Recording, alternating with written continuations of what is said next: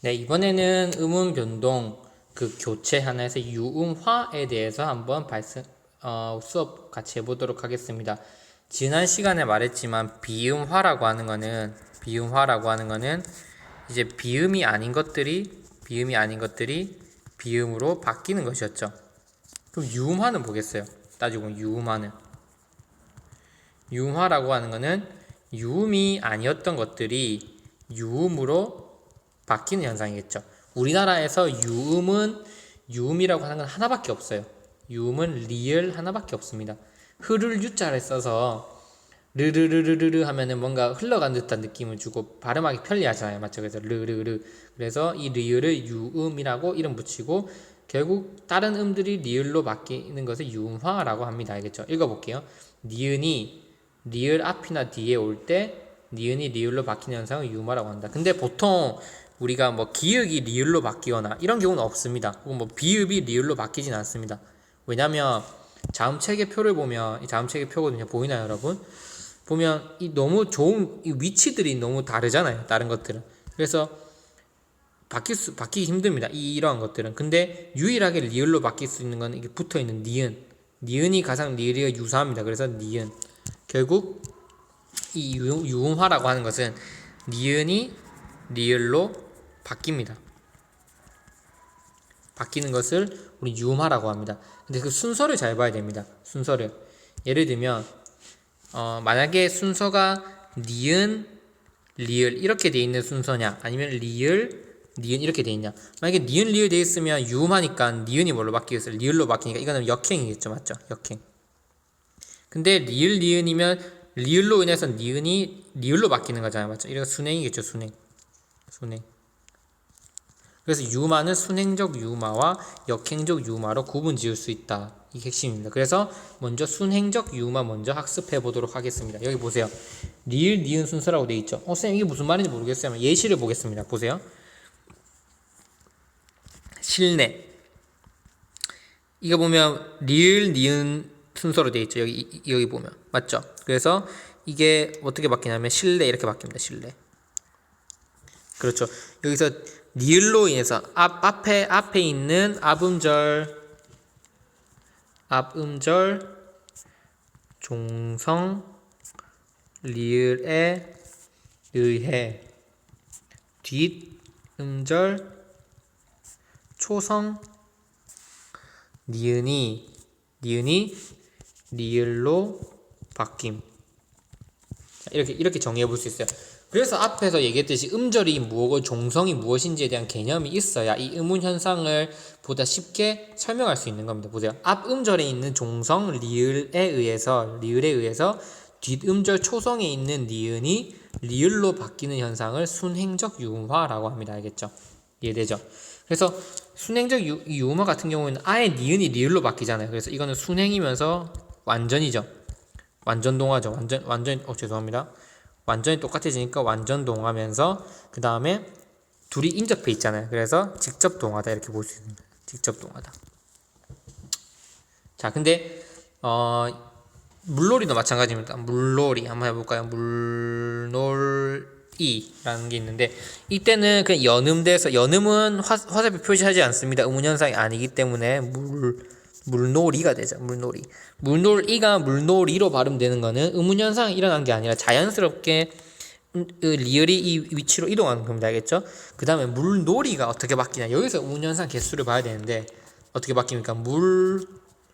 물놀이 이렇게 바뀌죠. 물놀이 이렇게 바뀌죠. 그래서 앞에 있는 리을이 뒤에 있는 니은에 영향을 줘서 니은이 리을로 바뀌잖아요. 맞죠? 니은이 리을로 바뀌는 이유는 앞에 있는 리을 때문이다. 적용 환경. 그래서 물놀이라는 단어는 결국 물놀이라는 걸로 자연스럽게 발음된다. 이게 순행적 유음화가 일어났기 때문이다.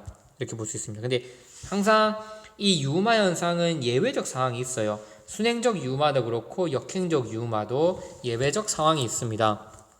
어떤 예외적 상황이 있냐 한번 볼게요. 예외적 상황은 이겁니다. 원래 순행적 유음화가 일어나야 하는데 일어나지 않을 때 우리는 그거를 예외라고 합니다. 예를 들어 볼게요. 울다. 내가 우는 중이다 해볼게요. 울다에다가 플러스 그 여자애가 울고 있어 하잖아요. 그럼 울 플러스 는이 됩니다. 그러면 울는이 되겠죠. 울는이 돼서 상식적으로 생각했을 때는 이게 우린 뭘로 발음해야 됩니까? 울는. 그 여자애 울는 중이야 이렇게 해야 되는 게 정상인데 그렇게 하지 않고 우리 발음 어떻게 합니까? 리을을 탈락시켜 버리죠. 그래서 우는 중이야 이렇게 발음합니다. 그리고 이 탈락시킨 이 발음 그대로 표기까지 해줍니다. 알겠죠?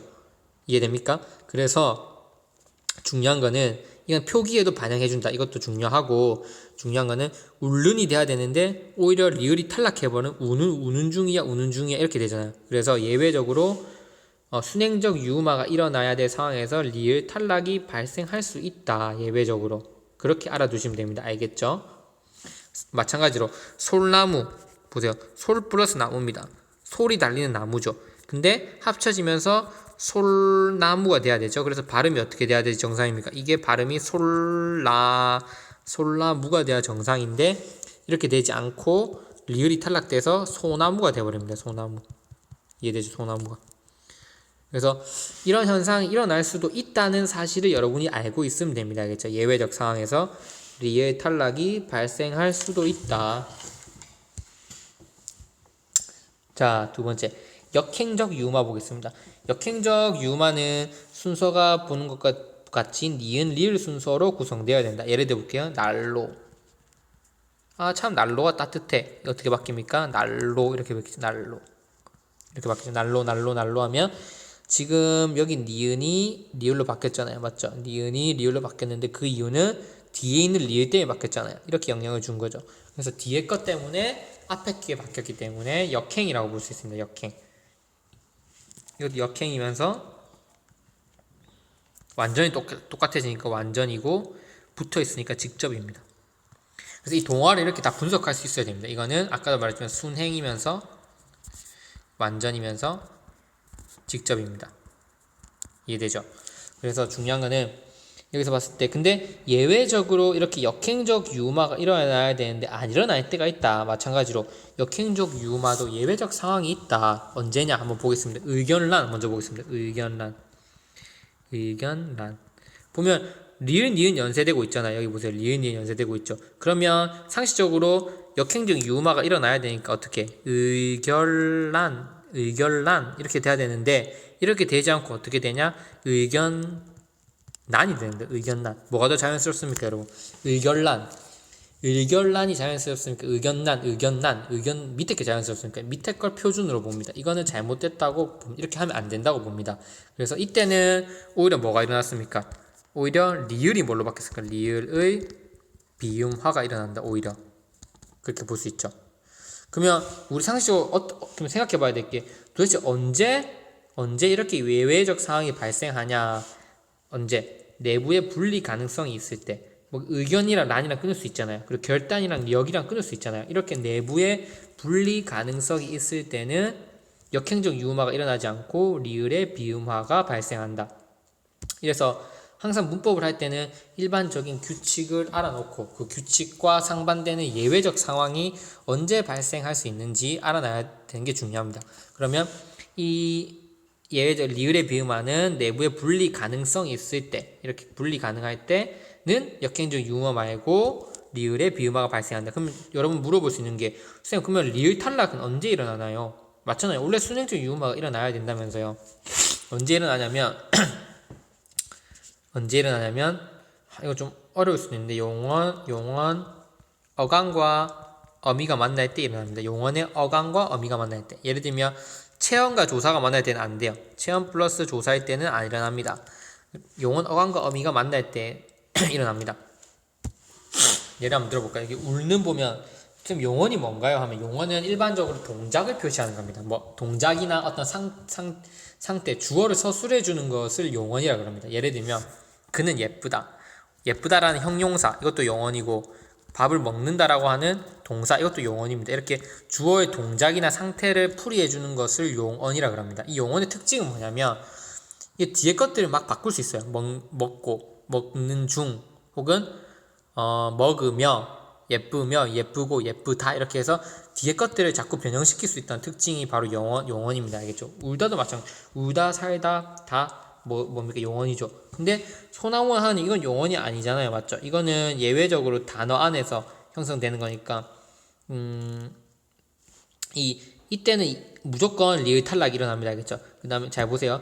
이 용언과 어간과 어미가 만들 때 무조건 리을 탈락이 발생하고 이렇게 단어가 형성될 때는 리을 탈락이 일어날 수도 있고 안 일어날 수도 있습니다. 이거는 이까지는 굳이 하지 않아도 됩니다. 근데 설명을 하자면 단어가 만들어질 때는 리을 탈락이 이렇게 일어날 수도 있고 안 일어나는 경우도 있습니다. 예를 들면 불나방 같은 경우에는 리을 니은 연세되는 건데 단어 만들어지잖아요. 맞죠? 그럼 분화방 안 되잖아요. 맞죠? 그냥 불나방으로 우리 발음하잖아요. 맞죠? 이해되죠? 이렇게 단어가 형성될 때는 또 리을 탈락이 일어날 수도 있고 안 일어날 수도 있지만 용언, 어간과 어미가 만날 때는 반드시 순행적 유음화가 일어나지 않고 리을 탈락이 일어난다. 이게 핵심입니다. 알겠죠? 어렵죠? 이해 안 될 테니까 꼭 여러분 정리해보면서 한 번 더 숙지하시기 바랍니다. 네, 다음 시간에는 국의 음화에 대해서 학습해보도록 하겠습니다.